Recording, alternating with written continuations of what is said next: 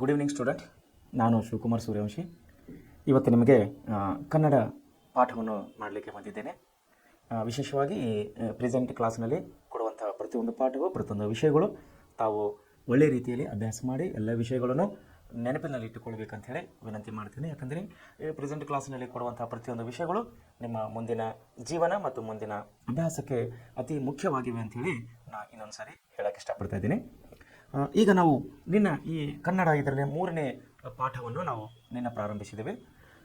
ಲೇಖಕರಾದಂಥ M ಜಯಪ್ಪಗೌಡರು ನಮಗೆ ಒಳ್ಳೆ ರೀತಿಯಲ್ಲಿ ನಮ್ಗೆ ಇಲ್ಲಿ ಹಲವು ವಿಷಯಗಳ ಬಗ್ಗೆ ನಮಗೆ ಮಾಹಿತಿಯನ್ನು ಕೊಟ್ಟಿದ್ದಾರೆ. ಡಿ ಎಸ್ ಜಯಪ್ಪಗೌಡರು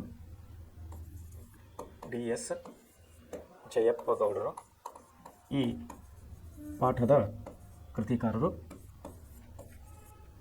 ಈ ಡಿ ಎಸ್ ಜಯಪ್ಪಗೌಡರು ನಾವು ನಿನ್ನೆ ಇವ್ರ ಬಗ್ಗೆ ಎಲ್ಲ ಒಳ್ಳೆಯ ರೀತಿಯಲ್ಲಿ ಇವರ ಜೀವನ, ಇವರ ಜನನ, ಇವರ ಅಭ್ಯಾಸ, ಇವರ ಕೃತಿ ಕಾದಂಬರಿ, ಇವರ ಸಾಧನೆಗಳು, ಇವರ ಬಿರುದುಗಳು ಎಲ್ಲವನ್ನು ನಾವು ನಿನ್ನೆ ನೋಡಿದ್ದೇವೆ. ಈಗ ನಿನ್ನೆ ಏನಪ್ಪ ಅಂದರೆ ನಾವು ಓದಿದಂಥ ಅಭ್ಯಾಸದಲ್ಲಿ ಜಯಪ್ಪಗೌಡರು ತೆಗೆದುಕೊಂಡಂಥ ಈ ಮೈಸೂರಿನ ಒಡೆಯರು ಎಂಬುವಂಥ ಒಂದು ಕೃತಿಯಿಂದ ಈ ಪಾಠವನ್ನು ನಾವು ನಿನ್ನ ಪ್ರಾರಂಭಿಸಿದ್ದೇವೆ.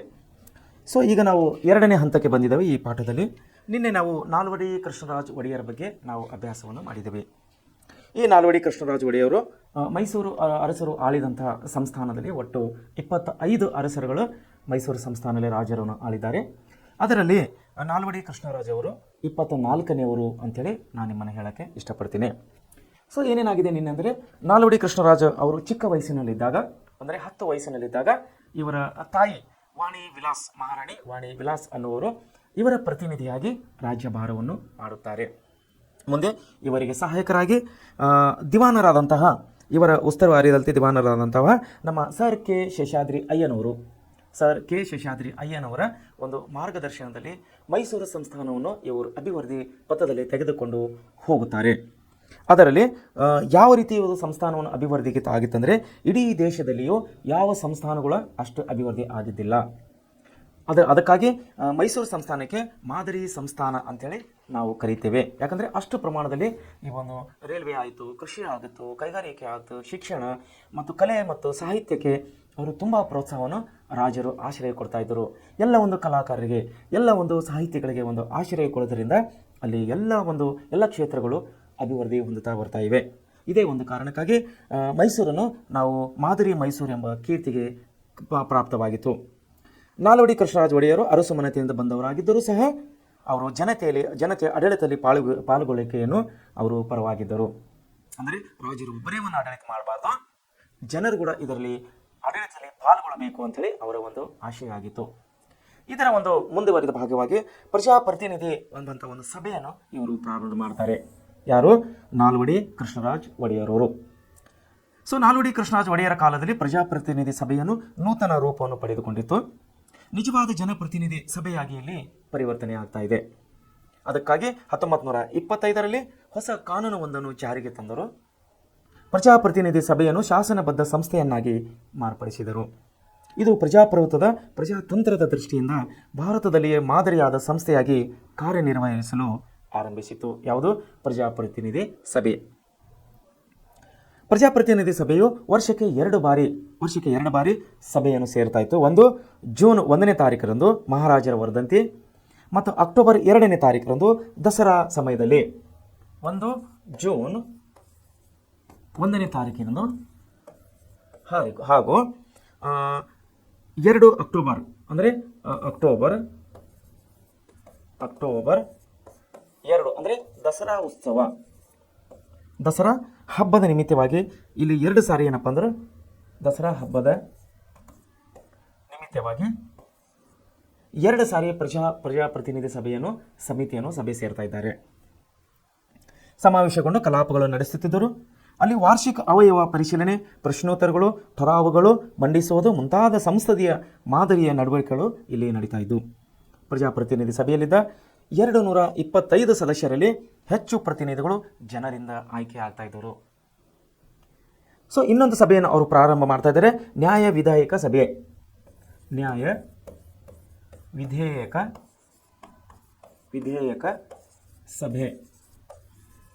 ಒಂದು ಪ್ರಜಾಪ್ರತಿನಿಧಿ ಸಭೆಯನ್ನು ಪ್ರಾರಂಭ ಮಾಡಿದ್ದಾರೆ. ಎರಡನೇದಾಗಿ ನ್ಯಾಯ ವಿಧೇಯಕ ಸಭೆಯನ್ನು ಇವರು ಪ್ರಾರಂಭ ಮಾಡಿದ್ದಾರೆ. ನಾಲ್ವಡಿ ಕೃಷ್ಣರಾಜ ಒಡೆಯರು 1907ರಲ್ಲಿ ನ್ಯಾಯ ವಿಧೇಯಕ ಸಭೆಯನ್ನು ಸ್ಥಾಪನೆ ಮಾಡ್ತಾರೆ. 1907ರಲ್ಲಿ. ಸೊ ಇವರ ಉದ್ದೇಶ ಏನಾಗಿತ್ತಂದರೆ ರಾಜರ ಆಡಳಿತ ಇದ್ದರೂ ಕೂಡ ಸಾಮಾನ್ಯ ಜನಪ್ರತಿನಿಧಿ ಕೂಡ ಇವರ ಒಂದು ಆಡಳಿತದಲ್ಲಿ ಪಾಲ್ಗೊಳ್ಳುವಿಕೆ ಇವರಿಗೆ ಬೇಕಾಗಿತ್ತು. ಅದಕ್ಕಾಗಿ ಇಂಥ ಒಂದು ಪದ್ಧತಿಗಳು, ಶಾಸನ ಸಭೆಗಳನ್ನು ಇವರನ್ನು ಜಾರಿಗೆ ತರ್ತಾ ಇದ್ದರು.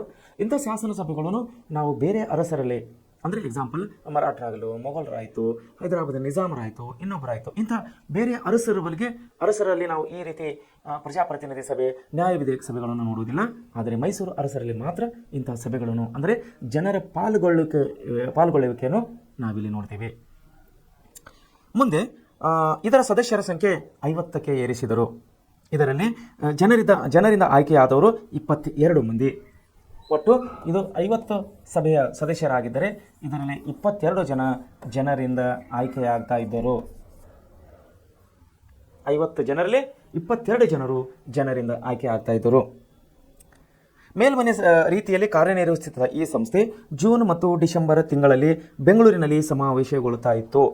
ಜೂನ್ ಮತ್ತು ಡಿಸೆಂಬರ್ ತಿಂಗಳಲ್ಲಿ ವರ್ಷಕ್ಕೆ 2 ಸಾರಿ ಸಭೆಯನ್ನು ಸೇರ್ತಾ ಇದ್ದರು. ಅದು ಎಲ್ಲಿ ಅಂದರೆ ಬೆಂಗಳೂರಿನಲ್ಲಿ ಯಾವ ಸಭೆ ಸೇರಿಸ್ತಾ ಇದ್ರು? ನ್ಯಾಯ ವಿಧೇಯಕ ಸಭೆಯನ್ನು ವರ್ಷಕ್ಕೆ 2 ಸಾರಿ ಡಿಸೆಂಬರ್ ತಿಂಗಳು ಮತ್ತು ಜನವರಿ ತಿಂಗಳಿನಲ್ಲಿ ಬೆಂಗಳೂರಿನಲ್ಲಿ ಸಭೆಯನ್ನು ಸೇರುವಂತೆ ಇವರು ಏರ್ಪಾಡು ಮಾಡಿದರು. ಪ್ರಜಾಪ್ರತಿನಿಧಿ ಸಭೆಯಲ್ಲಿ ಮಂಡಿಸಿದ ಎಲ್ಲ ವಿಷಯಗಳನ್ನು ವಿಮರ್ಶಿಸುವ ಅಧಿಕಾರ ಈ ಸಭೆಗೆ ಇತ್ತು. ನೋಡಿ, ಪ್ರಜಾಪ್ರತಿನಿಧಿಯಲ್ಲಿ ತೆಗೆದಂಥ ಎಲ್ಲ ಕಾನೂನುಗಳನ್ನು, ಎಲ್ಲ ಒಂದು ಹೊಸ ಯೋಜನೆಗಳನ್ನು ಈ ವಿಧೇಯಕದಲ್ಲಿ, ನ್ಯಾಯ ವಿಧೇಯಕದಲ್ಲಿ ಪರಾಮರ್ಶಿಸುವ, ಅಂದರೆ ಕಂಪ್ಯಾರಿಸಿಂಗ್ ಮಾಡುವ ಅಥವಾ ಇನ್ನೊಂದು ಸಾರಿ ವಿಚಾರ ಮಾಡುವಂಥ ಪದ್ಧತಿಯನ್ನು ಈ ನ್ಯಾಯ ವಿಧೇಯಕ ಸಭೆಯಲ್ಲಿತ್ತು. ಮುಖ್ಯವಾಗಿ ಯಾವುದೇ ಕಾನೂನನ್ನು ಜಾರಿಗೊಳಿಸಲು ಈ ಸಭೆಯು ಅನುಮತಿ ಬೇಕಾಗಿತ್ತು. ಈ ಸಭೆಯವರು ಯಾವುದೇ ಹೊಸ ಒಂದು ಕಾನೂನನ್ನು ತೆಗೆದರೆ ಅದು ಜಾರಿಗೆ ಬರಬೇಕಂದರೆ ನ್ಯಾಯ ವಿಧೇಯಕ ಸಭೆಯ ಮಂಜೂರಾತಿ ಬೇಕಾಗಿತ್ತು. ಆ ಸಭೆಗೆ ಸರ್ಕಾರದ ಖರ್ಚುಗಳನ್ನು ಕಡಿಮೆ ಮಾಡುವ ಅಧಿಕಾರ ಈ ಸಭೆಗೆ ಇತ್ತು. ಮುಂದೆ ಏನಾಯಿತು? ಕೊಡುಗೆ ಯಾವ ರೀತಿ ಕೊಡುಗೆ ಬಂತಿದೆ? ಸ್ಥಳೀಯ ಸಂಸ್ಥೆಗಳನ್ನು ರಚಿಸಿ ಆಡಳಿತ ವಿಕೇಂದ್ರೀಕರಣಕ್ಕೆ ಅನುವು ಮಾಡಿಕೊಟ್ಟರು. ಸ್ಥಳೀಯವಾಗಿ ಸಣ್ಣ ಪುಟ್ಟ, ಅಂದರೆ ಗ್ರಾಮಗಳಲ್ಲಿ ಗ್ರಾಮ ಸಭೆಗಳು, ಊರುಗಳಲ್ಲಿ ಹಳ್ಳಿ ಸಭೆಗಳನ್ನು ಪ್ರಾರಂಭಿಸುವುದರ ಮೂಲಕವಾಗಿ ಇವರೇನು ಮಾಡಿದ? ಅಧಿಕಾರ ವಿಕೇಂದ್ರೀಕರಣಕ್ಕೆ, ಅಂದರೆ ಅಧಿಕಾರ ಅನ್ನೋದು ಜನಸಾಮಾನ್ಯರ ಬಳಿಗೆ ಹೋಗಬೇಕು, ಜನಸಾಮಾನ್ಯರು ಅಧಿಕಾರದಲ್ಲಿ ಭಾಗವಹಿಸಬೇಕು ಅನ್ನುವಂಥ ಉದ್ದೇಶದಲ್ಲಿ ಇವರು ಸ್ಥಳೀಯ ಸಂಸ್ಥೆಗಳಿಗೆ ಹೆಚ್ಚಿನ ಅಧಿಕಾರಗಳನ್ನು ಕೊಡ್ತಾ ಇದ್ದರು. ನಗರ ಪಾಲಿಕೆಗಳು, ಗ್ರಾಮ ಪಂಚಾಯಿತಿಗಳು ಕಾರ್ಯನಿರ್ವಹಿಸಲು ಆರಂಭ ಮಾಡಿದವು. ಇವರ ಕಾಲದಲ್ಲಿ ಗ್ರಾಮ ನೈರ್ಮಲೀಕರಣ, ವೈದ್ಯಕೀಯ ಸಹಾಯ, ವಿದ್ಯಾಪ್ರಚಾರ, ನೀರಿನ ಸೌಕರ್ಯ, ಪ್ರಯಾಣ ಸೌಲಭ್ಯ ಮುಂತಾದ ಕ್ಷೇತ್ರಗಳು ಸ್ವಯಂ ಆಡಳಿತ ಕ್ಷೇತ್ರಗಳಾದವು. ಮೈಸೂರು ಸಂಸ್ಥಾನವನ್ನು ಮಾದರಿ ಸಂಸ್ಥಾನವಾಗಿ ರೂಪಿಸಿದರು. ಸಾಮಾಜಿಕ ಕಾನೂನುಗಳ ಪರಿಹಾರ ಎಂದು ಹೆಸರಾದವರು ಸಂಗೀತ, ಸಾಹಿತ್ಯ, ವಾಸ್ತುಶಿಲ್ಪ ಅಭಿವೃದ್ಧಿಗೆ ಒತ್ತು ನೀಡಿದರು. ಬೆಂಗಳೂರಿನಲ್ಲಿ ಕನ್ನಡ ಸಾಹಿತ್ಯ ಪರಿಷತ್ತನ್ನು ಇವರು ಪ್ರಾರಂಭಿಸಿದರು. ನೋಡಿ, ಕನ್ನಡ ಸಾಹಿತ್ಯ ಪರಿಷತ್ತನ್ನು ಯಾರು ಪ್ರಾರಂಭಿಸಿದರು? ನಾಲ್ವಡಿ ಕೃಷ್ಣರಾಜ ಒಡೆಯರು. ಈ ಕನ್ನಡ ಸಾಹಿತ್ಯ ಪರಿಷತ್ತು ಇವಾಗ ಕೂಡ ಪ್ರಚಲಿತವಾಗಿ ನಾವು ಕಾಣ್ತಾ ಇದ್ದೇವೆ. ಇಡೀ ರಾಜ್ಯದಲ್ಲಿದ್ದಂತಹ ಈ ಕಚೇರಿಯನ್ನು ಇಡೀ ಜಿಲ್ಲೆಗೆ, ಅಂದರೆ ನಮ್ಮ ಕರ್ನಾಟಕದಲ್ಲಿರುವಂತಹ ಬೀದರ್ನಿಂದ ಮೈಸೂರುವರೆಗೆ, ಈ ಕಡೆ ಬಳ್ಳಾರಿಯಿಂದ ಬೆಳಗಾವಿವರೆಗೆ ಎಲ್ಲ ಜಿಲ್ಲೆಗಳಲ್ಲಿ ಮತ್ತು ಎಲ್ಲ ತಾಲೂಕುಗಳಲ್ಲಿ ಕನ್ನಡ ಸಾಹಿತ್ಯ ಪರಿಷತ್ತಿನ ಕಚೇರಿಗಳಿವೆ, ಕಾರ್ಯಾಲಯಗಳಿವೆ. ತಾಲೂಕುಗಳಲ್ಲಿ ತಾಲೂಕು ಕನ್ನಡ ಪರಿಷತ್ ತಾಲೂಕು ಕನ್ನಡ ಸಾಹಿತ್ಯ ಪರಿಷತ್ತು ಮತ್ತು ಜಿಲ್ಲೆಯಲ್ಲಿ ಜಿಲ್ಲಾ ಮಟ್ಟದಲ್ಲಿ ಜಿಲ್ಲಾ ಕನ್ನಡ ಸಾಹಿತ್ಯ ಪರಿಷತ್ ಕಾರ್ಯಾಲಯಗಳನ್ನು ನೀವು ನಿಮ್ಮ ಜಿಲ್ಲೆ, ನಿಮ್ಮ ತಾಲೂಕುಗಳಲ್ಲಿ ನೋಡಬಹುದು. ಮೈಸೂರು ಅರಸೀಕೆರೆ, ಬೆಂಗಳೂರು, ಚಿಕ್ಕಬಳ್ಳಾಪುರ, ಚಿಕ್ಕಜಾರೂರು, ಚಿತ್ರದುರ್ಗ, ನಂಜನಗೂಡು, ಚಾಮರಾಜನಗರ, ತರೀಕೆರೆ, ಶಿವಮೊಗ್ಗ, ಆನಂದಪುರ ಈ ಎಲ್ಲ ರೈಲು ಮಾರ್ಗಗಳನ್ನು 1931ರ ವೇಳೆಗೆ ಪೂರೈಸಲಾಯಿತು. 1931ರಲ್ಲಿ ಏನಾಗಿತ್ತು? ರೈಲ್ವೆ ಮಾರ್ಗ ಕೂಡ ಇವರು ಪ್ರಾರಂಭಿಸಿದರು. ಆವಾಗ ಅಲ್ಲೇ ಮೈಸೂರಿನ ಸುತ್ತಮುತ್ತಲಿರುವಂಥ ಶಿವಮೊಗ್ಗ, ಅರಸೀಕೆರೆ, ಬೆಂಗಳೂರು, ಚಿಕ್ಕಬಳ್ಳಾಪುರ, ಚಿತ್ರದುರ್ಗ, ತರೀಕೆರೆ ಹೀಗೆ ಹಲವು ಪ್ರದೇಶಗಳಿಗೆ ರೈಲು ಮಾರ್ಗಗಳನ್ನು ಇವರು ಪ್ರಾರಂಭಿಸಿದರು. ಮುಂದೆ 1900 ಇಸ್ವಿಯಲ್ಲಿ ಶಿವನ ಸಮುದ್ರ ಬಳಿ ಕಾವೇರಿ ನದಿಯಿಂದ ಜಲವಿದ್ಯುತ್ ಉತ್ಪಾದನಾ ಕೇಂದ್ರವನ್ನು ಪ್ರಾರಂಭಿಸಿದರು. ಇದು ಭಾರತ ಮಾತ್ರವಲ್ಲ, ಏಷ್ಯಾ ಖಂಡದಲ್ಲಿ ಮೊದಲ ಜಲವಿದ್ಯುತ್ ಯೋಜನೆಯಾಗಿದೆ. Not in India, this is one of the oldest power plant. ಯಾವುದು? ಶಿವನ ಸಮುದ್ರದಲ್ಲಿ ಪ್ರಾರಂಭಿಸಿದ this is the oldest power plant in our Mysuru state. ನಮ್ಮ ಮೈಸೂರು ಆಸ್ಥಾನದಲ್ಲಿ ಆವಾಗ 1900 ಇಸ್ವಿಯಲ್ಲಿ ಪ್ರಾರಂಭ ಆದಂಥ ಈ ಶಿವಸಮುದ್ರ ಜಲವಿದ್ಯುತ್ ಕೇಂದ್ರವನ್ನು ಭಾರತವಲ್ಲದೆ ಇಡೀ ಏಷ್ಯಾ ಖಂಡದಲ್ಲಿ ಪ್ರಥಮ ಜಲವಿದ್ಯುತ್ ಕೇಂದ್ರವಾಗಿತ್ತು. 1907ರಲ್ಲಿ ವಾಣಿ ವಿಲಾಸ್ ಸಾಗರ ಮಾರಿ ಕಣಿವೆ ಹತ್ರ ಕಟ್ಟಲ್ಪಟ್ಟಿತ್ತು. 1911ರಲ್ಲಿ ಕೃಷ್ಣರಾಜ ಸಾಗರ ಇವರ ಬೃಹತ್ ಮುಂಗಾಣಿಕೆಗೆ ಕೊಡೆಯಾಗಿದೆ. KRS ಡ್ಯಾಮ್ ಅಂತೇಳಿ ನಾವು ಕರಿತೀವಿ. KRS ಡ್ಯಾಮ್ ಅಂತೇಳಿ ನಾವು ಇವಾಗ ಮೈಸೂರಿನಲ್ಲಿ ಕಾವೇರಿ ನದಿಗೆ ಕಟ್ಟಲಾದಂಥ ನಾವು ಡ್ಯಾಮ್ಗೆ KRS ಡ್ಯಾಮ್, ಕೃಷ್ಣರಾಜ ಸಾಗರ ಡ್ಯಾಮ್ ಅಂತೇಳಿ ಕಟ್ಟಿದ್ದೀವಿ. ತಾವು ಸಮಯ ಸಿಕ್ಕಾಗ ನೀವು KRS ಡ್ಯಾಮ್ಗೆ ಒಂದು ಸಾರಿ ಭೇಟಿ ಕೊಡಲೇಬೇಕು. ಯಾಕಂದರೆ ಅಷ್ಟು ಅದ್ಭುತವಾದಂಥ ಅಣೆಕಟ್ಟನಲ್ಲಿ ಕಟ್ಟಲಾಗಿದೆ ಕಾವೇರಿ ನದಿಗೆ. ಯಾಕಂದರೆ ನಾನು 1994ರಲ್ಲಿ ನಾನು 10th ಕ್ಲಾಸ್ ಇದ್ದಾಗ ನಮ್ಮ ಸ್ಕೂಲಿನ ಟೀಚರರು ಶಾಲೆಯಿಂದ ಶೈಕ್ಷಣಿಕ ಪ್ರವಾಸ ಅಂತೇಳಿ ಕರ್ನಾಟಕದಿಂದ ಕರ್ಕೊಂಡು ಹೋಗಿದ್ದರು. ನಮ್ಮ ಶಾಲೆಯಿಂದ, ನಮ್ಮೂರು ಜಿಲ್ಲೆ, ನಮ್ಮ ತಾಲೂಕಿನಿಂದ, ನಮ್ಮ ಶಾಲೆಯಿಂದ ನಾನು ಕೂಡ ಹೋಗಿದ್ದೆ. 94ನೇ ಇಸ್ವಿಯಲ್ಲಿ ಈ KRS ಡ್ಯಾಮನ್ನು ನಾನು ಕೂಡ ಕಣ್ತುಂಬ ನೋಡಿದ್ದೇನೆ. ತುಂಬ ಅದ್ಭುತವಾದಂಥ ಡ್ಯಾಮ್. ಸೊ ಅದನ್ನು ಕಟ್ಟಿದವರು ನಮ್ಮ ಕೃಷ್ಣರಾಜ ಒಡೆಯರು. ಪ್ರಾಥಮಿಕ ಮತ್ತು ಮಾಧ್ಯಮಿಕ ವಿದ್ಯಾಭ್ಯಾಸವನ್ನು ಉಚಿತ ಮತ್ತು ಕಡ್ಡಾಯವಾಗಿ ಪ್ರಾರಂಭಿಸಲಾಯಿತು. ನೋಡಿ, ಶಿಕ್ಷಣವನ್ನು ಇವತ್ತು ಕೂಡ ಪ್ರಾಥಮಿಕ ಶಿಕ್ಷಣ, ಮಾಧ್ಯಮಿಕ ಶಿಕ್ಷಣ ಇವಾಗ ಕೂಡ ಸರ್ಕಾರ ವತಿಯಿಂದ ಕಡ್ಡಾಯ ಇದೆ. ಆವಾಗಿನ ಕಾಲದಲ್ಲಿ ಮೈಸೂರು ಅರಸರ ಕಾಲದಲ್ಲಿಯೂ ಕೂಡ ಪ್ರಾಥಮಿಕ ಮತ್ತು ಮಾಧ್ಯಮಿಕ ಶಿಕ್ಷಣವನ್ನು ಉಚಿತವಾಗಿ ಕೊಡಲಾಗ್ತಾ ಇತ್ತು. ನಾಡಿನಲ್ಲಿ ಮೊಟ್ಟ ಮೊದಲು ಮೈಸೂರು ವಿಶ್ವವಿದ್ಯಾಲಯವನ್ನು ಕೂಡ ಇವರು ಪ್ರಾರಂಭ ಮಾಡಿದರು. 720 ಉಚಿತ ಆಸ್ಪತ್ರೆಗಳು ಕಾರ್ಯಾರಂಭ ಮಾಡಿದವು. ವಾಣಿಜ್ಯ ಕ್ಷೇತ್ರದಲ್ಲಿ ಮೈಸೂರು ಬ್ಯಾಂಕಿನ ಸ್ಥಾಪನೆ, ಆರ್ಥಿಕ ಅಭಿವೃದ್ಧಿಯ ಸಂಕೇತ. 1906ರಲ್ಲಿ ಸಹಕಾರ ಸಂಘಗಳನ್ನು ಸ್ಥಾಪಿಸಲಾಯಿತು. ನೋಡ್ರಿ, ಇಲ್ಲೇನಾಗ್ತದೆ, State Bank of Mysore bank ಅನ್ನೋದು ಅದೇ ಸಮಯದಲ್ಲಿ ಪ್ರಾರಂಭ ಮಾಡಲಾಯಿತು. ಮೈಸೂರು ಬ್ಯಾಂಕ್ ಪ್ರಾರಂಭ ಯಾವ ಇಸ್ವಿಯಲ್ಲಿ ಆಯ್ತಿದು? ಮೈಸೂರು ಬ್ಯಾಂಕಿನ ಪ್ರಾರಂಭ, ಸಹಕಾರ ಸಂಘಗಳು ಮತ್ತು ಮೈಸೂರು ಬ್ಯಾಂಕಿನ ಪ್ರಾರಂಭವು 1906ರಲ್ಲಿ ನಾಲ್ವಡಿ ಕೃಷ್ಣರಾಜ ಒಡೆಯರ ಒಂದು ಇದರಲ್ಲಿ ಮುಂದಾಳತ್ವದಲ್ಲಿ ಪ್ರಾರಂಭ ಮಾಡಿದರು. ಜಾರಿ ಮಾಡಿದ ಹಲವು ಸಾಮಾಜಿಕ ಕಾನೂನುಗಳನ್ನು ಕೂಡ ಅವರು ಜಾರಿಗೆ ತಂದರು.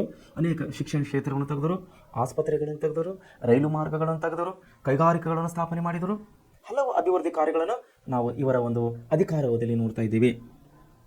1909ರಲ್ಲಿ ದೇವದಾಸಿ ಪದ್ಧತಿಯನ್ನು ನಿಷೇಧ ಮಾಡಿದರು. 1910ರಲ್ಲಿ ಬಸವಿ ಪದ್ಧತಿ ರದ್ದತಿ ಮಾಡಿದರು. ಗೆಜ್ಜೆ ಪೂಜೆ ಪದ್ಧತಿ ಸಂಪೂರ್ಣ ನಿರ್ಮೂಲನೆ ಮಾಡಿದರು. 1936ರಲ್ಲಿ ವೇಶ್ಯಾವೃತ್ತಿ ತಡೆಗಟ್ಟುವ ಕಾಯ್ದೆಯನ್ನು ಜಾರಿಗೆ ತಂದರು ಮತ್ತು ಮರು ವಿಧವೆ ಆಗುವಂಥ ಕಾಯ್ದೆಯನ್ನು ಕೂಡ ಸ್ತ್ರೀಯರಿಗೆ ಕಡ್ಡಾಯ ಶಿಕ್ಷಣ ಜಾರಿ. 1914ರಲ್ಲಿ ಶಾಲಾ ಪ್ರವೇಶಕ್ಕೆ ಜಾತಿ ಪರಿಗಣನೆ ನಿಷೇಧ. 1916ರಲ್ಲಿ ಮಾಧ್ಯಮಿಕ ಶಾಲಾ ಶಿಕ್ಷಣ ಶುಲ್ಕದ ರದ್ದತಿ. 1927ರಲ್ಲಿ ಮೊಟ್ಟ ಮೊದಲ ಬಾರಿಗೆ ಸ್ತ್ರೀಯರಿಗೆ ಮತದಾನದ ಹಕ್ಕನ್ನು ಇವರು ಕೊಟ್ಟಿದ್ದರು. ಸ್ತ್ರೀಯರಿಗೆ ಮತದಾನದ ಹಕ್ಕನ್ನು ಕೂಡ ಇವರು ಕೊಟ್ಟಿದ್ದರು. ಎಷ್ಟನೇ ಇಸ್ವಿಯಲ್ಲಿ ಸ್ತ್ರೀಯರಿಗೆ ಮತದಾನದ ಹಕ್ಕನ್ನು ಕೂಡ ಮತದಾನದ ಹಕ್ಕು ನಾಲ್ವಡಿ ಕೃಷ್ಣರಾಜ ಒಡೆಯರ ಒಂದು ಅಧಿಕಾರದ ಅವಧಿಯಲ್ಲಿ ಕೊಡಲಾಗ್ತಾ ಇದೆ. 1927ರಲ್ಲಿ ಸ್ತ್ರೀಯರಿಗೆ ಮೊದಲನೇದಾಗಿ ಮತದಾನದ ಹಕ್ಕನ್ನು ಇವರು ಕೊಡ್ತಾ ಇದ್ದಾರೆ. ಮುಂದೆ ಮೈಸೂರು ಗ್ರಾಮ ನ್ಯಾಯಾಲಯವನ್ನು ಇವರು ಕಾಯ್ದೆ ಜಾರಿಗೆ ತರ್ತಾರೆ. ಗ್ರಾಮ ಪಂಚಾಯತಿಗಳಲ್ಲಿ ಕಾಯ್ದೆಗಳನ್ನು ಜಾರಿಗೆ ತಂದ ನಾಡಿನ ಅಭಿವೃದ್ಧಿಗೆ ಇವರು ಶ್ರಮಿಸ್ತಾರೆ. ಮುಂದೆ ನಾವು ಸರ್ ಎಂ ವಿಶ್ವೇಶ್ವರಯ್ಯನವರಿಗೆ ಬಗ್ಗೆ ನಾವು ನೋಡೋಣ. ಸರ್ ಎಂ ವಿಶ್ವೇಶ್ವರಯ್ಯ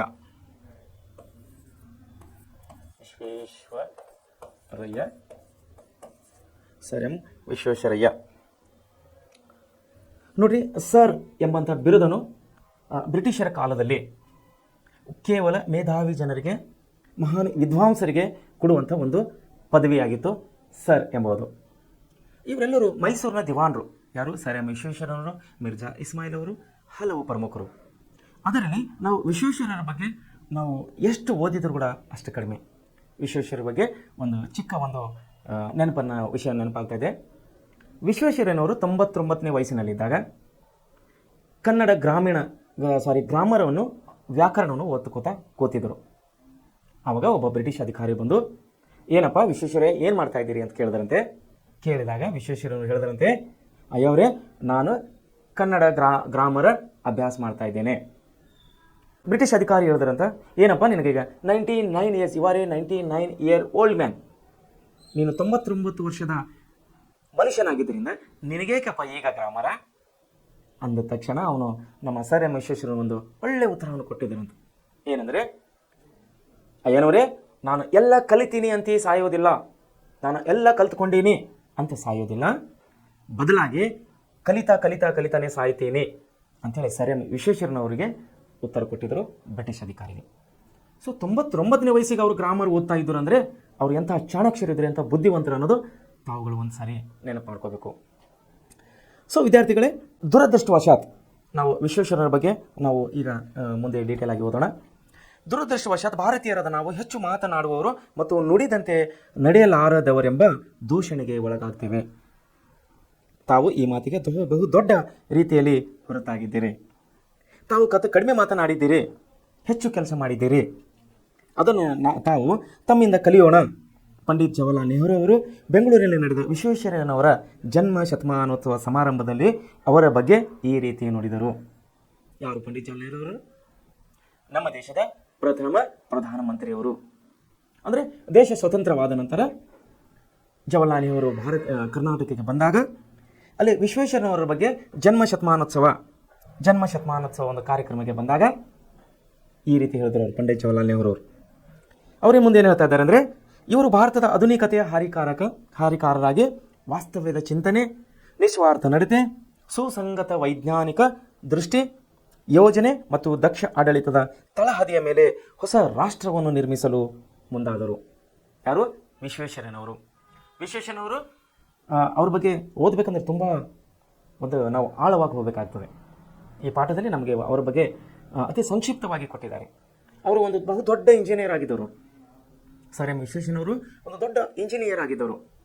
ಇವಾಗ ಕೂಡ ನಮ್ಮ ಕರ್ನಾಟಕದಲ್ಲಿ ಇಂಜಿನಿಯರ್ಸ್ ಡೇ ಅಂತ ಏನು ಆಚರಣೆ ಮಾಡ್ತಾರಲ್ಲ, ಅದು ಸರ್ ಎಂ ವಿಶ್ವೇಶ್ವರಯ್ಯನವರ ಜನ್ಮದ ನಿಮಿತ್ತವಾಗಿ ಪ್ರಾರಂಭ ಮಾಡಿದಂಥ ಇಂಜಿನಿಯರ್ಸ್ ಡೇ. ಇಂಜಿನಿಯರ್ಸ್ ಡೇ ದಿನದಂದು ಅವತ್ತು ಫೋಟೋ ಇಕ್ಕಿ ಪೂಜೆ ಮಾಡ್ತಾರಲ್ಲ ನಮ್ಮ ಅಧಿಕಾರಿಗಳು, ಅದು ಫೋಟೋ ಸರ್ ಎಂ ವಿಶ್ವೇಶ್ವರಯ್ಯನವ್ರದ್ದು. ಅಂತಹ ಪಾಂಡಿತ್ಯವನ್ನು ಹೊಂದಿದಂಥ ಈ ನಮ್ಮ ಸರ್ ಎಂ ವಿಶ್ವೇಶ್ವರಯ್ಯನವರವರು ಕರ್ನಾಟಕದಲ್ಲಿ ಅರಸರ ಕಾಲದಲ್ಲಿ ಬಹುಪಯೋಗಿ ಅವರು ಮಾಡಿದಂಥ ಕೆಲಸಗಳು ಅಷ್ಟಿಷ್ಟಲ್ಲ. ಸೊ ಅವರು ಮುಂದೆ ಏನು ಹೇಳ್ತಾ ಇದ್ದಾರೆ ನೋಡ್ರಿ, ಅದೇ ಹೇಳ್ತಾ ಇದ್ದಾರೆ ಪಂಡಿತ್ ಜವಾಹರ್ಲಾಲ್ ಅವರು. ಏನು ಹೇಳ್ತಾ ಇದ್ದಾರೆ? ನಿಸ್ವಾರ್ಥ ಸೇವೆಯಿಂದ ರಾಷ್ಟ್ರ ನಿರ್ಮಾಣದಲ್ಲಿ ಅವರು ತೊಡಗಿಸಿಕೊಂಡಿದ್ದರು ಅನ್ನುವಂಥ ಮಾತನ್ನು. ಮುಂದೆ ಅವರು ವಿಶ್ವೇಶ್ವರಯ್ಯನವರು ಕ್ರಿಸ್ತಶಕ 1860ರಲ್ಲಿ ಸೆಪ್ಟೆಂಬರ್ 15ರಂದು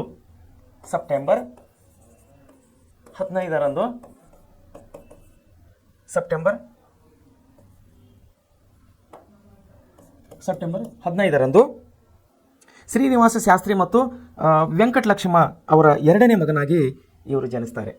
ಎಷ್ಟರಲ್ಲಿ? 1860ರಲ್ಲಿ ಅವರ ತಂದೆಗೆ ಎರಡನೇ ಮಗನಾಗಿ ಇವರು ಜನಿಸ್ತಾರೆ. ಇವರ ಪೂರ್ವಜರು ಮೂಲತಃ ಕರ್ನೂಲು ಜಿಲ್ಲೆ ಗಿಡ್ಡಲೂರು ಊರಿನವರು. ಕರ್ನೂಲ್ ಅಂದರೆ ಇವತ್ತು ನಾವು ಆಂಧ್ರ ಪ್ರದೇಶದ ಒಂದು ಜಿಲ್ಲೆ ಇದೆ. ಇದು ಕರ್ನೂಲು ಜಿಲ್ಲೆ ಇದೆ ಆಂಧ್ರ ಪ್ರದೇಶನಲ್ಲಿ. ಓಕೆ, ಅಲ್ಲಿ ಗಿಡ್ಡಲೂರು ಎಂಬಂಥ ಒಂದು ಊರಿದೆ. ಗಿಡ್ಡಲೂರು ಅನ್ನುವಂಥ ಒಂದು ಊರು, ಗಿಡ್ಡಲೂರು ಅನ್ನುವಂಥ ಊರು ತಾಲೂಕಿನ ಮೋಕ್ಷಗೊಂಡಂ ಅಗ್ರಹಾರಕ್ಕೆ ಇವರು ಸೇರಿದವರು. ಮೋಕ್ಷಗೊಂಡಂ ಅನ್ನುವಂಥ ಒಂದು ಅಗ್ರಹಾರ ಅಂದರೆ ಒಂದು ಚಿಕ್ಕ ಹಳ್ಳಿ ಅಂದಂಗ ಅದರ ಅರ್ಥ ಆಗುತ್ತದೆ. ಕಾರಣಾಂತರಗಳಿಂದ ಕರ್ನಾಟಕಕ್ಕೆ ವಲಸೆ ಬಂದು ಚಿಕ್ಕಬಳ್ಳಾಪುರ ಸಮೀಪದಲ್ಲಿರುವ ಮುದ್ದೇನಹಳ್ಳಿಯಲ್ಲಿ ಇವರು ನೆಲೆಸ್ತಾರೆ. ಅಂದರೆ ಮೂಲತಃ ಇವರು ಆಂಧ್ರ ಪ್ರದೇಶದವರು, ಕರ್ನೂಲು ಜಿಲ್ಲೆಯವರು. ಕರ್ನೂಲು ಜಿಲ್ಲೆ ಗಿಡ್ಡಲೂರು ತಾಲೂಕಿನ ಹತ್ರ ಮೋಕ್ಷಗೊಂಡಂ ಅನ್ನುವಂಥ ಒಂದು ಸಣ್ಣ ಹಳ್ಳಿಯಿಂದ ಇವರು ಕಾರಣಾಂತರಗಳಿಂದ ಕರ್ನಾಟಕಕ್ಕೆ ಬಂದು ನೆಲೆಸ್ತಾರೆ. ಅದು ಚಿಕ್ಕಬಳ್ಳಾಪುರ ಜಿಲ್ಲೆಯ ಯಾವುರದು? ಮುದ್ದೇನಹಳ್ಳಿ ಅನ್ನುವಲ್ಲಿ. ಮೊದಲಿನಿಂದ ಅವರ ಮನೆತನಕ್ಕೆ ಮೋಕ್ಷಗೊಂಡಂ ಎಂಬ ಅವರ ಮೂಲ ಸ್ಥಳದ ಹೆಸರು ಸೇರಿಕೊಂಡಿತ್ತು. ವೆಂಕಟಲಕ್ಷ್ಮ ಅಂದರೆ ಇವರ ತಾಯಿ. ಅವರಿಗೆ ಮಕ್ಕಳು ಹೆಚ್ಚು ಓದಿ ದೊಡ್ಡ ವ್ಯಕ್ತಿಗಳಾಗಬೇಕೆಂಬ ಹಂಬಲವಿತ್ತು ಅವರಿಗೆ. ಅದಕ್ಕಾಗಿ ಸಂಸಾರವನ್ನು ಚಿಕ್ಕಬಳ್ಳಾಪುರಕ್ಕೆ ಅವರು ಸ್ಥಳಾಂತರ ಮಾಡಿದರು. ವಿಶ್ವೇಶ್ವರಯ್ಯನವರು ಅವರ ಪ್ರಾಥಮಿಕ ಶಿಕ್ಷಣ ಚಿಕ್ಕಬಳ್ಳಾಪುರದಲ್ಲಿ ನಡೆಯಿತು. ಸೋದರ ಮಾವ ಎಚ್ ರಾಮಯ್ಯ ಅಂದರೆ ಅವರ ತಾಯಿಯ ಅಣ್ಣ. ಸರ್ ಎಂ ವಿಶ್ವೇಶ್ವರಯ್ಯವರ ತಾಯಿಯ ಅಣ್ಣ ಅಂದರೆ ಸೋದರ ಮಾವನಾದ ಎಚ್ ರಾಮಯ್ಯ ಅವರ ಮಾರ್ಗದರ್ಶನದಂತೆ ಬೆಂಗಳೂರಿನಲ್ಲಿ ವೆಸ್ಲಿಯ ಪ್ರೌಢಶಾಲೆಯಲ್ಲಿ ಪ್ರೌಢ ಶಿಕ್ಷಣವನ್ನು, ಸೆಂಟ್ರಲ್ ಕಾಲೇಜಿನಲ್ಲಿ 2 ವರ್ಷ ಇಂಟರ್ಮೀಡಿಯೇಟ್ ಮತ್ತು 3 ವರ್ಷಗಳ BA ಪದವಿ ಶಿಕ್ಷಣವನ್ನು ಪಡೆದರು. ವ್ಯಾಸಂಗದಲ್ಲಿ ಕ್ರಮನಿಷ್ಠರಾಗಿದ್ದ ಇವರು ಜೀವನದಲ್ಲಿ ಉನ್ನತವಾದುದನ್ನು ಸಾಧಿಸಬೇಕೆಂಬ ದೃಢ ನಿರ್ಧಾರವನ್ನು ಹೊಂದಿದರು. ಅದಕ್ಕೆ ತಕ್ಕನಾದ ಪ್ರತಿಭೆ, ಮನೋಸ್ಥೈರ್ಯ ಅವರಲ್ಲಿತ್ತು. ಅಂದಿನ ಮೈಸೂರು ದಿವಾನರಾಗಿದ್ದ ಸಿ ರಂಗಚಾರ್ಲರವರು ನೀಡಿದ ವಿದ್ಯಾರ್ಥಿ ವೇತನದ ಸೌಲಭ್ಯವನ್ನು ಬಳಸಿಕೊಂಡು ಪೂನಾದ ಇಂಜಿನಿಯರಿಂಗ್ ಕಾಲೇಜಿನಲ್ಲಿ ಡಿಪ್ಲೊಮಾ ಶಿಕ್ಷಣವನ್ನು ಪ್ರಥಮ ಸ್ಥಾನದಲ್ಲಿ ಪಡೆದು ಜೇಮ್ಸ್ ಬಕ್ಲಿ ಬಹುಮಾನಕ್ಕೆ ಇವರು ಪಾತ್ರರಾಗಿದ್ದರು. ಸೊ ಇವರ ಒಂದು ವಿದ್ಯಾಭ್ಯಾಸದ ಬಗ್ಗೆ ಹೇಳಿಕೊಟ್ಟಿದ್ದಾರೆ. ಇವರು ಮೂಲತಃ ಆಂಧ್ರ ಪ್ರದೇಶದವರು, ಕರ್ನಾಟಕದ ಚಿಕ್ಕಬಳ್ಳಾಪುರದಲ್ಲಿ ಬಂದು ಜನಿಸುತ್ತಾರೆ. ಅವ್ರ ತಾಯಿ ಆಶೆ ಆಗಿರ್ತು, ಮಗು ತುಂಬ ಓದಬೇಕು, ನನ್ನ ಮಗನು ತುಂಬ ಓದಬೇಕು, ಬುದ್ಧಿವಂತನಾಗಬೇಕು ಅನ್ನುವಂಥ ಒಂದು ಮಹಾದಾಶೆಯಿಂದ ಅವರ ಸೋದರ ಮಾವ ಎಚ್ ರಾಮಯ್ಯ ಅವರ ಹತ್ರ ಅವರ ಮಾರ್ಗದರ್ಶನದಲ್ಲಿ ಬಿಡ್ತಾರೆ. ಮುಂದೆ ಬೆಂಗಳೂರಿನಲ್ಲಿ ವೆಸ್ಲಿ ಅನ್ನೋಂಥ ಸ್ಕೂಲ್ನಲ್ಲಿ ಓದ್ತಾರೆ. ಮುಂದೆ ಸೆಂಟ್ರಲ್ ಕಾಲೇಜಿನಲ್ಲಿ ಇಂಟರ್ಮೀಡಿಯೇಟ್ ಅಂದರೆ ಸೆಕೆಂಡ್ ಇಯರ್ ಓದ್ತಾರೆ. 3 ವರ್ಷಗಳ BA ಪದವಿಯನ್ನು ಕೂಡ ಅವರು ಬೆಂಗಳೂರಿನಲ್ಲಿ ಮುಗಿಸಿ ಮುಂದೆ ಡಿಪ್ಲೊಮಾ ಒಂದು ಕಲಿಯುವ ಸಲುವಾಗಿ ಅವರು ಪೂನಾಕ್ಕೆ ಹೋಗ್ತಾರೆ. ಪೂನಾಕ್ಕೆ ಹೋಗಿ ಒಳ್ಳೆಯ ರೀತಿಯಲ್ಲಿ ಅಭ್ಯಾಸ ಮಾಡಿ ಒಳ್ಳೆಯ ಶ್ರೇಣಿಯಲ್ಲಿ ಪಾಸಾಗಿದ್ದಕ್ಕಾಗಿ ಇವರು ಜೇಮ್ಸ್ ಬಕ್ಲಿ ಎಂಬಂಥ ಬಹುಮಾನಕ್ಕೂ ಕೂಡ ಇವರು ಪಾತ್ರರಾಗುತ್ತಾರೆ. ಸರ್ ಎಂ ವಿಶ್ವೇಶ್ವರಯ್ಯನವರು. ಸೊ ವಿಶ್ವೇಶ್ವರಯ್ಯನವರು 1884ರಲ್ಲಿ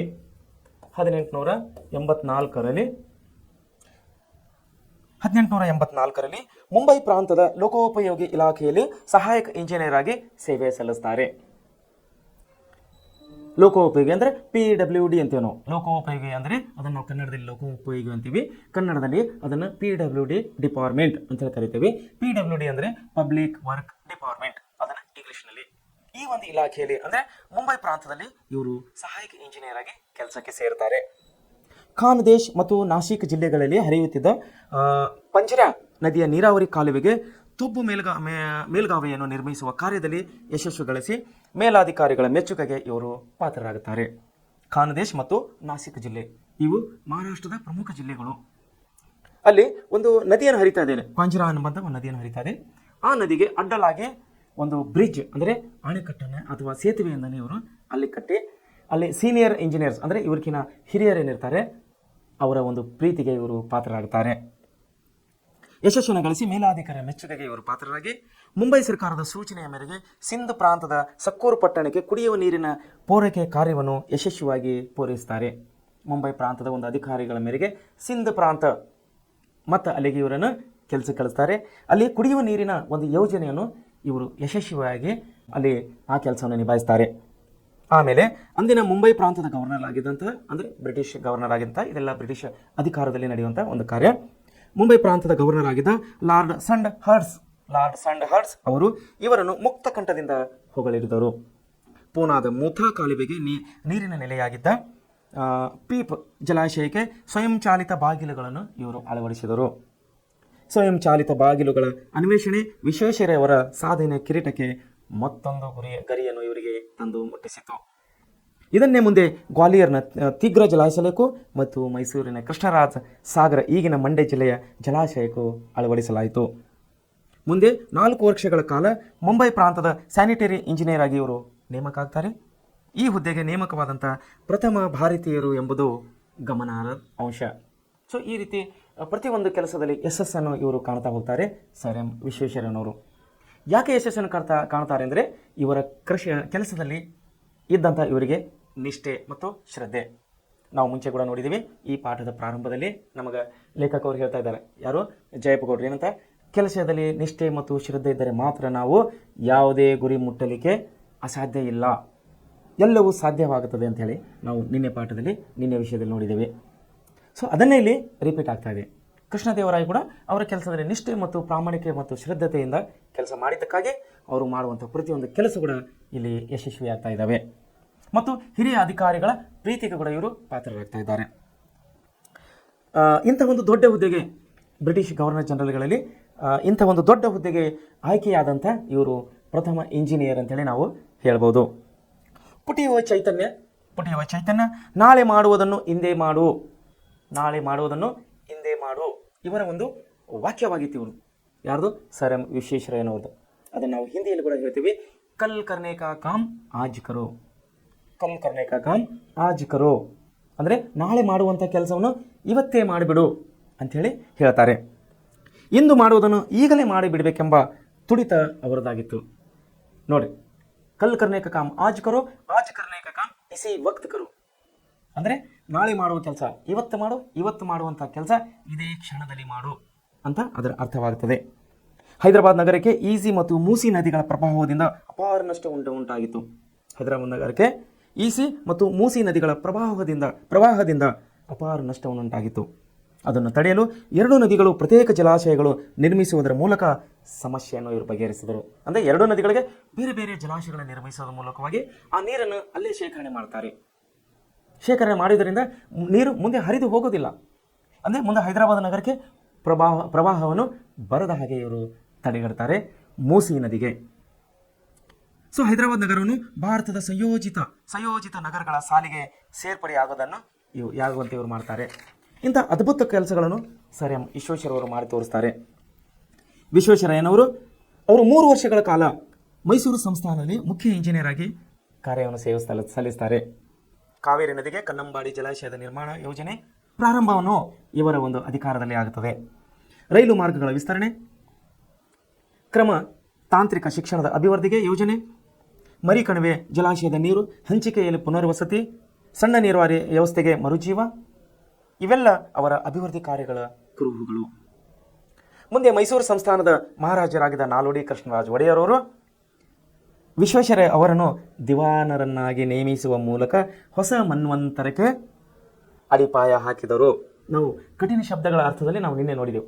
ಕಠಿಣ ಶಬ್ದಗಳ ಅರ್ಥಗಳು ನಾವು ನಿನ್ನೆ ಈ ಪಾಠದಲ್ಲಿ ಜಯಪ್ಪಗೌಡರು ಕೊಟ್ಟಂತಹ ಈ ಪಾಠದಲ್ಲಿ ನಾವು ನಿನ್ನೆ ನೋಡಿದ್ದೇವೆ. ಮನ್ವಂತರ ಏನದು? ಮನ್ವಂತರ ಅಂದರೆ ಪರಿವರ್ತನೆ ಅಂಥೇಳಿ ನಾವು ನಿನ್ನೆ ನೋಡಿದ್ದೀವಿ. ಅಂದರೆ ಮನುಷ್ಯನಿಂದ ಮನುಷ್ಯನಿಗೆ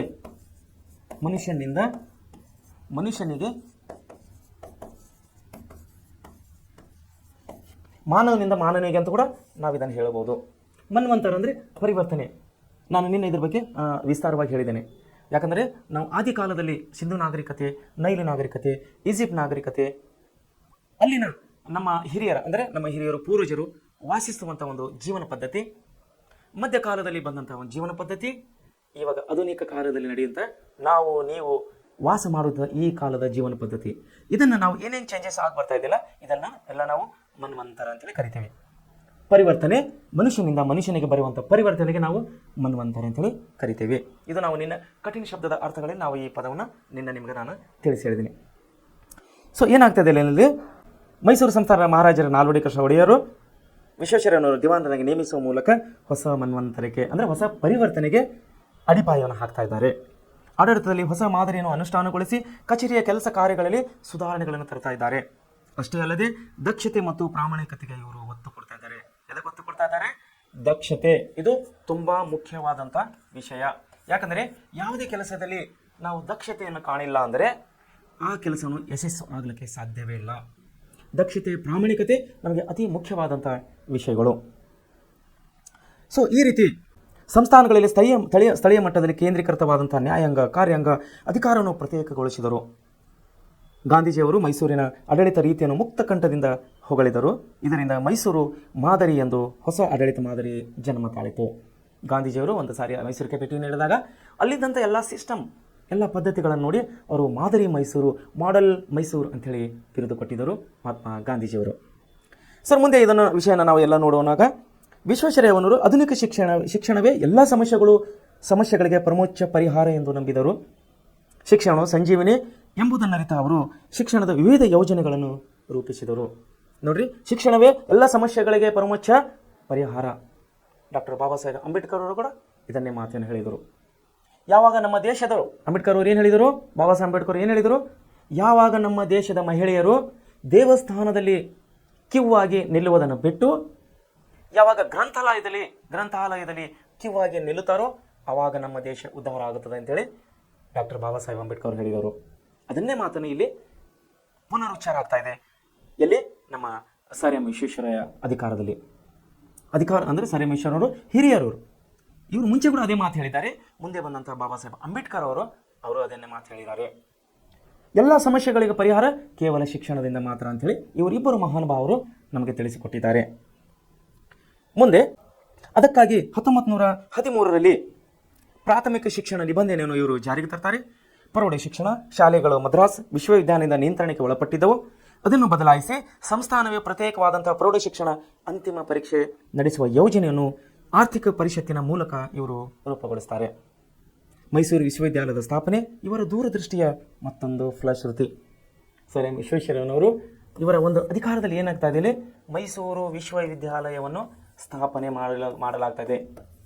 ಮೈಸೂರು ವಿಶ್ವವಿದ್ಯಾಲಯ ಇದು ಇವತ್ತಿನ ಭಾರತ ದೇಶದಲ್ಲಿ ಒಂದು ಪ್ರಮುಖವಾದಂಥ ವಿಶ್ವವಿದ್ಯಾಲಯ ಅಂತೇಳಿ ನಾವಿವತ್ತು ಕಾಣ್ತಾ ಇದ್ದೇವೆ. ಇವರ ನಿರ್ಮಾತಕರು ಸರ್ ಎಂ ವಿಶ್ವೇಶ್ವರಯ್ಯನವರು. ಸಹಕಾರ ಯಾವುದು? ನಾಲ್ವಡಿ ಕೃಷ್ಣರಾಜ ಒಡೆಯರ ಸಹಕಾರ. ನಾಲ್ವಡಿ ಕೃಷ್ಣರಾಜ ಒಡೆಯರ ಸಹಕಾರದಿಂದ ಮೈಸೂರಿನ ದಿವಾನರಾದಂತಹ ಸರ್ ಎಂ ವಿಶ್ವೇಶ್ವರಯ್ಯನವರು ಇಂತಹ ಅದ್ಭುತ ಕಾರ್ಯಗಳನ್ನು ಅವರು ಮಾಡ್ತಾ ಬರ್ತಾ ಇದ್ದಾರೆ. ಮೈಸೂರು ವಿಶ್ವವಿದ್ಯಾಲಯ ಸ್ಥಾಪನೆ ಇವರ ಒಂದು ದೂರದೃಷ್ಟಿಯ ಮತ್ತೊಂದು ಫಲಶ್ರುತಿ. ಶಿಕ್ಷಣಕ್ಕಾಗಿ ಶಿಕ್ಷಣವಿರಬೇಕು, ಅದು ಕೆಲವೇ ಜನರ ಸ್ವತ್ತಾಗದೆ ಪ್ರಗತಿಪರ ರಾಜ್ಯದಲ್ಲಿ ಎಲ್ಲರ ಅಜನ್ಮಸಿದ್ಧ ಹಕ್ಕಾಗಬೇಕು ಎಂಬುದನ್ನು ಮನಗಂಡ ಇವರು ತಾಂತ್ರಿಕ ಮತ್ತು ವೃತ್ತಿಪರ ಶಿಕ್ಷಣಕ್ಕೆ ಆದ್ಯತೆ ನೀಡಿದರು. ತಾಂತ್ರಿಕ ಅಂದರೆ ಟೆಕ್ನಿಷಿಯನ್ಸ್ ಅಂತ ನಾವೇನು ಕರಿತೇವಲ್ಲ, ಇಂಜಿನಿಯರ್ಸ್, BA, BCom, MTech, ಇವೆಲ್ಲ ನಮ್ದೇನು ತಾಂತ್ರಿಕ ಕೋರ್ಸ್ಗಳೇನಿದೆ ಅದಾವಲ್ಲ, ಅದೆಲ್ಲ ಕೋರ್ಸ್ಗಳಿಗೆ ಪ್ರಾಮುಖ್ಯತೆ ಕೊಟ್ಟವರು ಸರ್ ಎಂ ವಿಶ್ವೇಶ್ವರಯ್ಯನವರು. ಇದಕ್ಕಾಗಿ ಬೆಂಗಳೂರಿನಲ್ಲಿ ಮೆಕ್ಯಾನಿಕಲ್ ಇಂಜಿನಿಯರಿಂಗ್ ಕಾಲೇಜನ್ನು ಇವರು ಕಾಲೇಜನ್ನು ತೆಗೆದಿರು.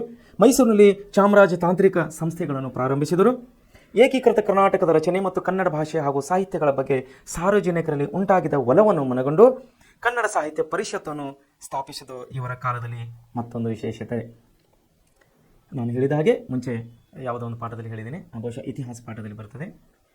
ಕನ್ನಡ ಸಾಹಿತ್ಯ ಪರಿಷತ್ತು ಆವಾಗ ನಾಲ್ವಡಿ ಕೃಷ್ಣರಾಜ ಒಡೆಯರ ಒಂದು ಕಾಲದಲ್ಲಿ ಬೆಂಗಳೂರಿನಲ್ಲಿ ಸ್ಥಾಪಿಸಿದಂಥ ಕನ್ನಡ ಸಾಹಿತ್ಯ ಪರಿಷತ್ತು ಇವತ್ತು ನಮ್ಮ ರಾಜ್ಯದ ಪ್ರತಿಯೊಂದು ಜಿಲ್ಲೆ ಮತ್ತು ತಾಲೂಕುಗಳಲ್ಲಿ ನಾವು ಕಾಣುವರಾಗಿದ್ದೇವೆ. ತಾಲೂಕಾ ಸಾಹಿತ್ಯ ಪರಿಷತ್ತು, ಕನ್ನಡ ಸಾಹಿತ್ಯ ಪರಿಷತ್ತು ಮತ್ತು ಜಿಲ್ಲೆಗಳಲ್ಲಿ ಜಿಲ್ಲಾ ಕನ್ನಡ ಸಾಹಿತ್ಯ ಪರಿಷತ್ತನ್ನಂತ ನಾವು ಕಾರ್ಯಾಲಯಗಳನ್ನು ಪ್ರತಿಯೊಂದು ಜಿಲ್ಲೆಗಳಲ್ಲಿ ನಾವು ಕಾಣಬಹುದು. ಸೊ ಈ ರೀತಿ ವಿಶ್ವೇಶ್ವರಯ್ಯನವರು ಕೈಗಾರಿಕೆಗೆ ಅಗ್ರಸ್ಥಾನವನ್ನು ನೀಡಿದರು. ವಿಶ್ವೇಶ್ವರಯ್ಯನವರು ಕೈಗಾರಿಕೆಗಳೇ ಅಗ್ರಸ್ಥಾನಗಳನ್ನು ನೀಡಿದರು. ಕೈಗಾರಿಕೀಕರಣ ಇಲ್ಲವೇ ಅವನತಿ ಅಂತ ಹೇಳಿದ್ರು ಇವರು. ಒಂದು ಕೈಗಾರಿಕೀಕರಣ ಆಗಬೇಕು, ಇಲ್ಲಂದರೆ ಮನುಷ್ಯನ ಜೀವನಕ್ಕೆ ತುಂಬ ತೊಂದರೆ ಇದೆ. ಯಾಕೆಂದರೆ ಬೆಳೆಯುತ್ತಿರುವಂತಹ ಜನಸಂಖ್ಯೆ, ಉದ್ಯೋಗ ಬೇಕು ಅವರಿಗೆ. ಜನಸಂಖ್ಯೆ ಉದ್ಯೋಗ ಬೇಕಂದರೆ ಕೈಗಾರಿಕೆಗಳನ್ನು ಸ್ಥಾಪನೆ ಆಗಬೇಕು ಅನ್ನಂಥ ಒಂದೊಳ್ಳೆ ಕೈಗಾರಿಕೀಕರಣ ಇಲ್ಲಂದರೆ ಮನುಷ್ಯನ ಅವನತಿ ಅಂಥೇಳಿ ಇವರು ಪ್ರತಿಪಾದನೆಯನ್ನು ಮಾಡಿದರು ಸರ್ ಎಂ ವಿಶ್ವೇಶ್ವರಯ್ಯನವರು. ಅದರ ಫಲವಾಗಿಯೇ ಭದ್ರಾವತಿಯ ಕಬ್ಬಿಣ ಮತ್ತು ಉಕ್ಕು ಕಾರ್ಖಾನೆ ಅವರ ಬಹುದೊಡ್ಡ ಒಂದು ಗುರಿಯಾಗಿತ್ತು. ಇದಲ್ಲದೆ ಹಂಚಿನ ಕಾರ್ಖಾನೆ, ಮೂಳೆ ಮತ್ತು ಗೊಬ್ಬರ ತಯಾರಿಕಾ ಸ್ಥಾವರ, ಸಕ್ಕರೆ ಕಾರ್ಖಾನೆ, ಔಷಧ ತಯಾರಿಕಾ ಘಟಕ, ಮೈಸೂರಿನಲ್ಲಿ ಗಂಧದ ಎಣ್ಣೆ, ಬೆಂಕಿ ಕಡ್ಡಿ ಹಾಗೂ ಕಾಗದ ಕಾರ್ಖಾನೆಗಳು ಸ್ಥಾಪಿತವಾದವು. ಸೋಪು ಹಾಗೂ ಲೋಹ ತಯಾರಿಕಾ ಕಲೆ ಮತ್ತು ಕುರುಕುಶಲ ಡಿಪೋ, ಕೃಷ್ಣರಾಜೇಂದ್ರ ಬಟ್ಟೆಗಿರಣಿ, ಕಾಗದದ ತಿರುಳು, ರಟ್ಟು, ಪೆನ್ಸಿಲ್, ಬೆಂಕಿ ಕಡ್ಡಿ, ಪೀಠೋಪಕರಣ ತಯಾರಿಕಾ ಘಟಕಗಳು, ಹೀಗೆ ನೂರಾರು ಕೈಗಾರಿಕೆಗಳು ಅವರ ಕಾಲದಲ್ಲಿ ಪ್ರಾರಂಭವಾದವು. ನೋಡಿ, ಇಂಡಸ್ಟ್ರಿಯಲಿಸಮ್ ಅಂತ ಕರಿತೇವೆ ನಾವು. ಅಂದರೆ ಕೈಗಾರಿಕೆ ಇಲ್ಲಾಂದರೆ ಜನರಿಗೆ ಕೆಲಸ ಸಿಗೋದಿಲ್ಲ, ಆವಾಗ ಜನರಿಗೆ ತೊಂದರೆ ಆಗ್ತದೆ, ಜೀವನ ನಡೆಸಲಿಕ್ಕೆ ತೊಂದರೆ ಆಗ್ತದೆ ಅನ್ನುವ ಒಂದೇ ಉದ್ದೇಶದಿಂದ ಇವರು ಕೈಗಾರಿಕೀಕರಣಕ್ಕೆ ಹೆಚ್ಚಿನ ಒತ್ತನ್ನು ಕೊಟ್ಟಿದ್ದರು. ರಾಜ್ಯದ ಆರ್ಥಿಕ ಚಟುವಟಿಕೆಗಳಿಗೆ ಭದ್ರ ಬುನಾದಿ ಹಾಕುವ ಉದ್ದೇಶದಿಂದ ಹಣಕಾಸು ನೀತಿಯಲ್ಲಿ ಅನೇಕ ಮಾರ್ಪಾಡುಗಳನ್ನು ಇವರು ತಂದಿದ್ದರು. ಇದಕ್ಕಾಗಿ 1913ರಲ್ಲಿ ಮೈಸೂರು ಬ್ಯಾಂಕನ್ನು ಕೂಡ ಇವರು ಪ್ರಾರಂಭ ಮಾಡಿದರು. ಅನಂತರ ಉಳಿತಾಯ ಬ್ಯಾಂಕ್ ಅಸ್ತಿತ್ವಕ್ಕೆ ಬಂದವು. ಕೈಗಾರಿಕೆಗಳ ಅಭಿವೃದ್ಧಿಗೆ ಫೀಡರ್ ಬ್ಯಾಂಕ್ ಹಾಗೂ ಕೈಗಾರಿಕಾ ಹೂಡಿಕೆ ಮತ್ತು ಅಭಿವೃದ್ಧಿ ನಿಧಿಗಳನ್ನು ಇವರು ರಚಿತಗೊಳಿಸಿದರು. ಸಾರ್ವಜನಿಕ ಜೀವ ವಿಮಾ ಯೋಜನೆಗೆ ಜಾರಿಗೆ ತಂದರು. ಜೀವ ವಿಮಾ ಅಂದ್ರೆ ಗೊತ್ತಾ ನಿಮ್ಗೆ? ಇವಾಗ ಇದೆಲ್ಲ ನಮ್ದು LIC, life insurance corporation of India, ಅಂದರೆ ಭಾರತೀಯ ಜೀವ ವಿಮಾ ನಿಗಮ ಅಂತೇಳಿ ನಾವು ಕರಿತೀವಿ. ಈ ಜೀವ ವಿಮೆಗಳ ನಿಗಮಗಳನ್ನು ಸರ್ ಎಂ ವಿಶ್ವೇಶ್ವರಯ್ಯನವರು ಅವಾಗಿನ ಕಾಲದಲ್ಲಿ ಅಂದರೆ 1813ರಲ್ಲಿ ಇವರು ಪ್ರಾರಂಭಿಸಿದರು. ಮುಂದೆ ರೈತರಿಗೆ ಹಾಗೂ ಕರಕುಶಲ ಕೆಲಸಗಾರರಿಗೆ ಸಾಲದ ಸೌಲಭ್ಯವನ್ನು ನೀಡಲು, ಸಾಲ ಕೊಡಲು ಸಹಕಾರಿ ಕ್ಷೇತ್ರವನ್ನು ಬಲವರ್ಧನೆಗೊಳಿಸಿದರು. ಪ್ರಾಂತೀಯ ಸಹಕಾರಿ ಬ್ಯಾಂಕ್ಗಳನ್ನು ಪ್ರಾರಂಭಿಸಿದರು. ರಾಜ್ಯದ ಆಸ್ತಿಯನ್ನು ಹೆಚ್ಚಿಸಿ ಆದಾಯ ತರುವ ಮೂಲಕ ಅಭಿವೃದ್ಧಿ ಕಾರ್ಯಗಳನ್ನು ಪ್ರಭಾವವನ್ನು ಅಳೆಯಲು ಅನುಕೂಲವಾಗುವಂತೆ ಅವಯವದಲ್ಲಿ ಅಂದರೆ ಬಜೆಟ್ನಲ್ಲಿ ಹೊಸ ದೃಷ್ಟಿಕೋನವನ್ನು ಇವರು ಕಂಡುಹಿಡಿದರು ಸರ್ ಎಂ ವಿಶ್ವೇಶ್ವರಯ್ಯನವರು. ಗುಮ್ಮಟ ವ್ಯಕ್ತಿತ್ವ ದಾರ್ಶನಿಕ ನೇತರರಾಗಿ ಗುಮ್ಮಟ ವ್ಯಕ್ತಿತ್ವ, ಗುಮ್ಮಟ ಅಂದರೆ ನಾವು ನಿನ್ನ ಕಠಿಣ ಶಬ್ದದಲ್ಲಿ, ಈ ನಮ್ಮ ಕನ್ನಡ ಭಾಷೆಯಲ್ಲಿ ಕಠಿಣ ಶಬ್ದಗಳು ತುಂಬ ಅಮೂಲ್ಯವಾದವು, ಪ್ರಮುಖವಾದವು. ಅದಕ್ಕಾಗಿ ನಾನು ನಿಮಗೆ ಕಠಿಣ ಶಬ್ದಗಳನ್ನು ಕಲಿಸಿದ್ದೀನಿ. ಗುಮ್ಮಟ ಅನ್ನುವಂಥ ಶಬ್ದ ನಿನ್ನ ಬಂದಿತ್ತು, ಇವಾಗ ಕೂಡ ಅದು ಬರ್ತಾ ಇದೆ. ಗುಮ್ಮಟ ಅಂದರೆ ಅತಿ ಎತ್ತರವಾದಂಥ ವ್ಯಕ್ತಿತ್ವ ಅಂತ ಅರ್ಥ. ಅದು ಗುಮ್ಮಟ ವ್ಯಕ್ತಿತ್ವದ ದಾರ್ಶನಿಕ ನೇತಾರರಾಗಿ ಆಡು ಮುಟ್ಟದ ಸೊಪ್ಪಿಲ್ಲ ಎಂಬ ಗಾದಿ ಮಾತಿನಂತೆ ಬೆಳೆದ ಸರ್ ಎಂ ವಿಶ್ವೇಶ್ವರಯ್ಯನವರು ಅವರಿಗೆ ಬ್ರಿಟಿಷ್ ಸರ್ಕಾರ ಸರ್ ಎಂಬಂತಹ ಪದವಿಯನ್ನು ಕೊಟ್ಟು ಇಲ್ಲಿ ಗೌರವವನ್ನು ನೀಡಿದೆ. ಸರ್ ಎಂಬಂತಹ ಪದವಿಯನ್ನು ಯಾರು ಕೊಟ್ಟಿದ್ದಾರೆ ಇವರಿಗೆ? ಬ್ರಿಟಿಷ್ ಸರ್ಕಾರ ವಿಶ್ವೇಶ್ವರಯ್ಯನವರಿಗೆ ಸರ್ ಎಂಬಂತಹ ಪದವಿಯನ್ನು ಕೊಟ್ಟೆ ಇವರಿಗೆ ಗೌರವಿಸಲಾಗುತ್ತಾ ಇದೆ. ಅವರ ಸಾಧನೆಯನ್ನು ಗುರುತಿಸಿ ಭಾರತ ಸರ್ಕಾರ ದೇಶದ ಅತ್ಯುನ್ನತ ಪದವಿಯಾದಂತಹ ನಮ್ಮ ಭಾರತ ರತ್ನ ಪದವಿಯನ್ನು ಕೂಡ ಇವರಿಗೆ ಕೊಡ್ತಾ ಇದ್ದಾರೆ. ನೋಡಿ, ಭಾರತ ರತ್ನ ಪದವಿಯನ್ನು ಕೂಡ ನಮ್ಮ ಸರ್ಕಾರ ಇವರಿಗೆ ಕೊಟ್ಟಿದೆ. ಭಾರತ ಸರ್ಕಾರ ದೇಶದ ಹಲವಾರು ಪ್ರತಿಷ್ಠಿತ ಸಂಸ್ಥೆ ಹಾಗೂ ವಿಶ್ವವಿದ್ಯಾಲಯಗಳನ್ನು ಸದಸ್ಯತ್ವ ಹಾಗೂ ಗೌರವ ಡಾಕ್ಟರೇಟ್ ಪದವಿಗಳನ್ನು ನೀಡಿ ಗೌರವಿಸಿದವು. ಮಹಾನ್ ಆಡಳಿತಗಾರರಾದಂತಹ ಇವರ ಶತಮಾನೋತ್ಸವದ ಸವಿ ನೆನಪಿಗಾಗಿ ವಿಶೇಷ ಅಂಚೆ ಚೀಟಿ ಕೂಡ ಬಿಡುಗಡೆ ಮಾಡಲಾಗಿತ್ತು ಸರ್ಕಾರದ ವತಿಯಿಂದ.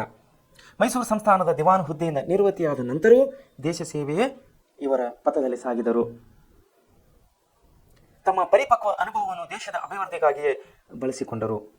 ಸಾಹಿತ್ಯ ಸೃಷ್ಟಿಯನ್ನು ಮಾಡಿದ್ದಕ್ಕೆ ನಿರ್ದೇಶನ ಅವರ reconstructing India planned economy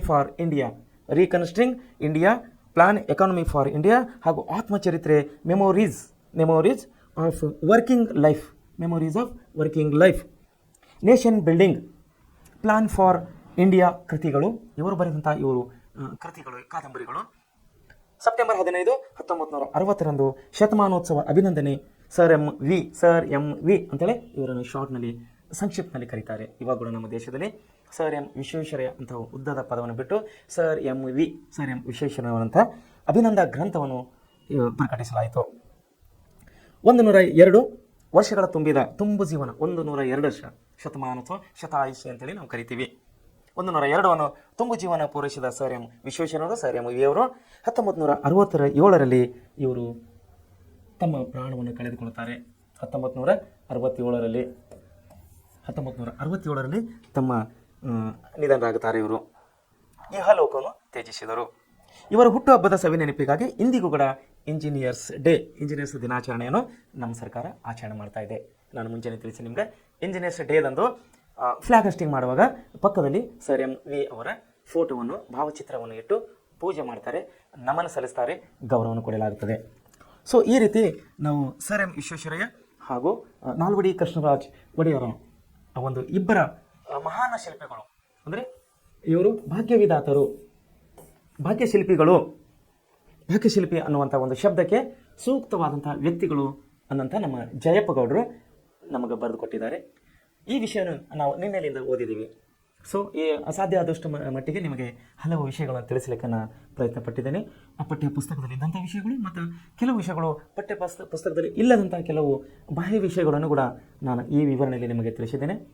so ದಯಮಾಡಿ ತಾವೆಲ್ಲರೂ ಒಳ್ಳೆ ರೀತಿಯಿಂದ ಸ್ಟಡಿ ಮಾಡಿ, ಒಳ್ಳೆ ರೀತಿಯ ಅಭ್ಯಾಸ ಮಾಡಿರಿ, ನಿಮ್ಮ ಮನೆಗೆ ಒಳ್ಳೆಯ ರೀತಿ ಕೀರ್ತಿ ತರ್ರಿ. ನಿಮ್ಮನ್ನು ನೀವು ನಿಮ್ಮ ಜೀವನದಲ್ಲಿ ನಿಮ್ಮ ದಾರಿ ಉದ್ದಕ್ಕೂ ಯಶಸ್ವಿ ಆಗಬೇಕಾದರೆ ಇಂಥ ನಮ್ಮ ಭಾಗ್ಯ ಶಿಲ್ಪಿಗಳ ಆದರ್ಶವನ್ನು ನಾವು ಮೇಲೆ ಓದುತ್ತಾ ಇರಬೇಕು. ಕೇವಲ ಪಠ್ಯ ಪುಸ್ತಕ ಬಂದಿದಂತೆ ಓದೋದಲ್ಲ, ಇವರ ಜೀವನ ಮಾರ್ಗದರ್ಶಿಗಳು, ಇವರು ಬೆಳೆದಂಥ ದಾರಿಗಳು, ಇವರು ಪಟ್ಟಂಥ ಕಷ್ಟಗಳು, ಇವರು ಸಾಧಿಸಿದಂಥ ಯಶಸ್ಸುಗಳು ನಿಮ್ಮ ಮುಂದಿನ ಜೀವನಕ್ಕೆ ದಾರಿದೀಪ ಆಗಲಿ ಅಂಥೇಳಿ ನಾನು ಹಾರೈಸ್ತೇನೆ. Thank you. ಇಲ್ಲಿಗೆ ಪಾಠವನ್ನು ಮುಗಿಸ್ತಿದ್ದೇನೆ. ನಾಳಿನಿಂದ ನಾವು ಹೊಸ ಪಾಠವನ್ನು ನೋಡೋಣ.